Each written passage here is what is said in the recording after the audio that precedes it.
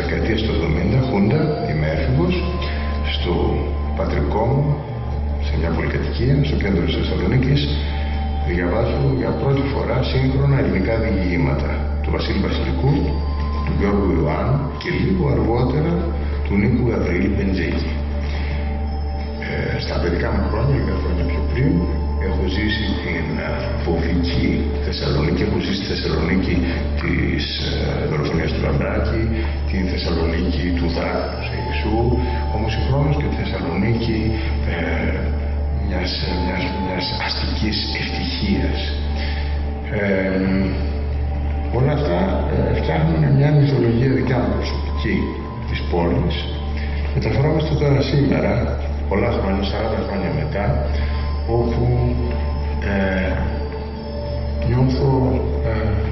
νιώθω την ανάγκη ότι με έναν τρόπο πρέπει να ξαναδιηγηθώ αυτές τις ιστορίες που τις διάβασα τότε μικρός, ότι πρέπει να αναστήσω με έναν τρόπο αυτή τη μυθολογία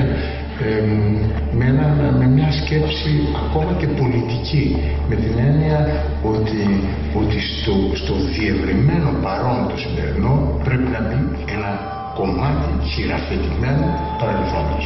Γι' αυτό άλλωστε διηγούμαστε και τις ιστορίες.